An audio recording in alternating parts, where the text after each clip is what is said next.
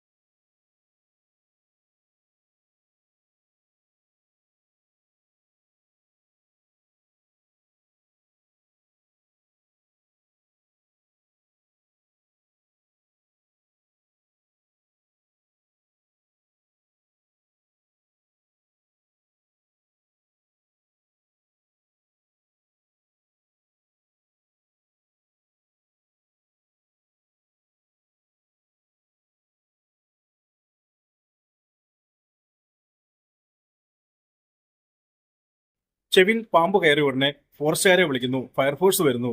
എന്തൊക്കെയാണ്? എത്രയും പെട്ടെന്ന് ആ പാമ്പിനെ പുറത്തെടുക്കുവാനല്ല അവര് ശ്രമിച്ച് എന്ന് തോന്നിപ്പോകും. അപ്പോൾ തന്നെ നമുക്കറിയാം ഇതൊരു വ്യാജ വാർത്തയാണ്. കൂടാതെ ഫോറസ്റ്റുകാർ വന്നിട്ടുണ്ടെങ്കിൽ അത് തീർച്ചയായും റിപ്പോർട്ട് ചെയ്തിരിക്കുന്നതാണ്. കേരളത്തിൽ ഇങ്ങനെയൊരു സംഭവം നടന്നിട്ടേ ഇല്ല.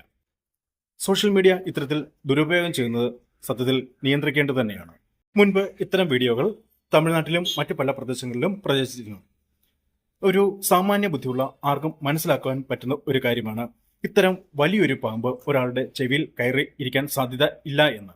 ഇനി ഒരു പക്ഷേ പാമ്പ് ചെവിയിൽ കയറിയെന്ന് തന്നെ ഇരിക്കട്ടെ, എങ്ങനെ അത് ഇത്തരത്തിൽ തിരിച്ച് പുറത്തേക്ക് ഇറങ്ങി? അതും സംശയിക്കേണ്ടിയിരിക്കുന്നു. സംശയമല്ല, ഇത്രയും വലിയ പാമ്പ് ഒരു കാരണവശാലും ഒരാളുടെ ചെവിയിലേക്ക് കയറാൻ ഒരു സാധ്യതയുമില്ല.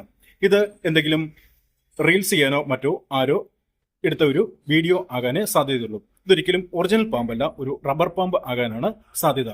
ഇത്രയും വലിയൊരു വിഷമുള്ള ഒരു പാമ്പ് ഒരു കാരണവശാലും ഒരാളുടെ ചെവിയിൽ കയറുവാൻ ഒരു സാധ്യതയും ഉണ്ടായിരിക്കുന്നില്ല. ഇത് ഒരു ഫേക്ക് വീഡിയോ ആണ്.